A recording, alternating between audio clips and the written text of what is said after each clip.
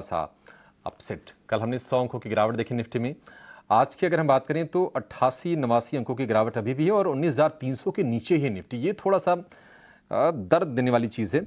Nifty bank से हालांकि उतने कमज़ोर संकेत नहीं है, लेकिन निफ्टी बैंक पे लाल निशान में कारोबार कर रहा है और 12 में से 8 शेयर आज के सत्र में हमें कमजोरी के साथ दिखाई दे रहे हैं।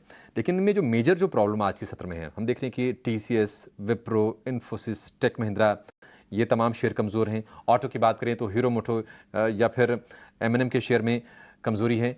गौरांग सर, बाजार को अगर यहाँ से एक दिशा लेनी है अगर, तो आपके हिसाब से फैक्टर क्या होंगे? क्योंकि अब तो सारी की सारी चीज़ें हमारे सामने हैं। नतीजों का सीज़न पीछे छूट गया। अमेरिका से जो आंकड़े आने थे फिलहाल के लिए आ गए, भारत की पॉलिसी आ गई, फेड के मिनट्स आ गए।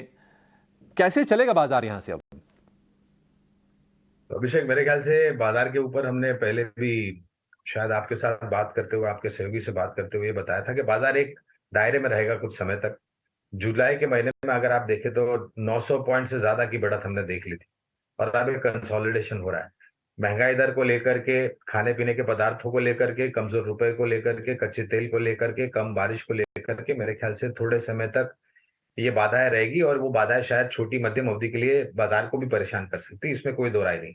लेकिन एक दायरा बना हुआ है बाजार में 19,200, 19,300 फिलहाल नीचे के स्तर पर, जहां पर कई बार हम गए पिछले 2 हफ्तों में, और ऊपर की तरफ दायरे हमने देखे जो करीबन 19,500, 600 की तरफ लेके जाते हैं। तो ये 300 से 400 पॉइंट का दायरा है जिसके बीच में मेरे ख्याल से बाजार कामकाज करेगा। आज शुक्रवार का दिन है, हफ्ते का आखिरी दिन, तो मेरे ख्याल से ज्यादा उम्मीद नहीं रखनी चाहिए।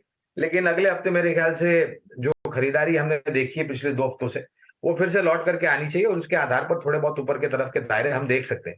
लेकिन एकदम से यहां से निकल जाए या आउट परफॉर्म, अंडर परफॉर्म करे, ऐसा हमें नहीं लगता। ठीक है, बाजार को लेकर ये हो गया। लेकिन बाजार में आज हम देखेंगे तो अडानी ग्रुप के शेयरों में फिर से नई रौनक आई है, क्योंकि लगातार हमने देखा है कि बड़े बड़े निवेशक पैसे लगा रहे हैं अडानी ग्रुप की कंपनियों में। अडानी पावर को लेकर खबर आई थी, जीक्यूजी ने उसमें अपना 8% के आसपास का स्टेक लिया है। तो सारे के सारे सारे शेयरों में रौनक है। अडानी पावर अब देखिए 300 के ऊपर निकल गया और ये जो बाइंग है ये गैप अप नहीं है, ये आपको मिली है इंट्राडे में, यानी कि लोगों को मौके मिले हैं। 308 रुपए पर ये शेयर ट्रेड कर रहा है।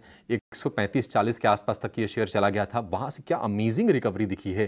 अडानी पोर्ट उस लेवल से डबल हो गया है, अडानी पावर डबल से ज़्यादा हो गया है। तो तमाम ये शेयर चल रहे हैं। आपकी नज़र गौरांग से अगर हम थोड़ा सा रिविजिट करें अडानी ग्रुप के स्टॉक्स को, तो अभी आपको स्टीम कहां पर दिख रही है? कौन से शेयर अभी भी आपको आकर्षक लग रहे हैं? देखिए अभिषेक, ये सवाल बहुत लोगों ने इस समूह की कंपनी को लेकर के हमें पूछा है, लेकिन हमने काफी समय से, यानी कि शुरुआत से हमने अडानी समूह की कंपनियों के ऊपर कवरेज नहीं निकाली, इसलिए हम विशेष रूप में कंपनी स्पेसिफिक टिप्पणी नहीं कर पाएंगे।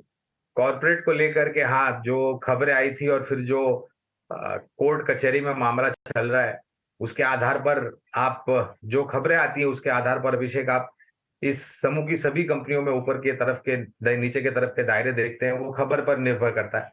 लेकिन हम विशेष रूप में टिप्पणी नहीं कर पाएंगे क्योंकि कवरेज नहीं है।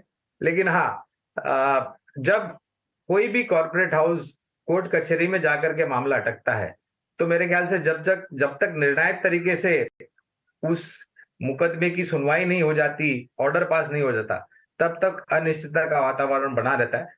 हम खरीदारी करने की, बेचने की या बने रहने की राय नहीं देंगे क्योंकि कवरेज नहीं है।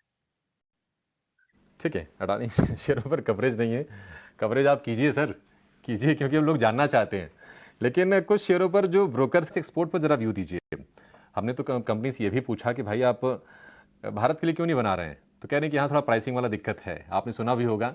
लेकिन एक्सपोर्ट मार्केट उनको उम्मीद है कि बेहतर चल रहा, बेहतर चलेगा, एक्सपेंशन के प्लान्स भी उनके अपने इंटैक्ट हैं। शेयर आपको कैसा लग रहा है? बढ़िया है शेयर, ये खरीद लें इसको?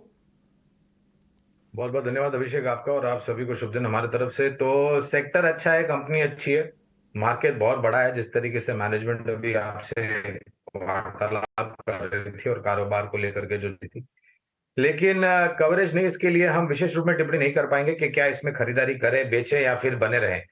ये एक रेगुलेशन बना था, उसके तहत हम सीधे सीधे टिप्पणी नहीं कर पाएंगे। लेकिन इस कंपनी की तुलना करने के लिए ज्यादा कंपनियां हैं नहीं, और जिस प्रकार से ये कंपनी कारोबार करती है, भविष्य काफी अच्छा लगता है। और उसी सुरक्षित भविष्य को लेकर के मेरे ख्याल से जो आमदनी है वो कंपनी की बहुत अच्छी आनी चाहिए। ठीक है, गोकुलदास एक्सपोर्ट फॉर ये व्यू।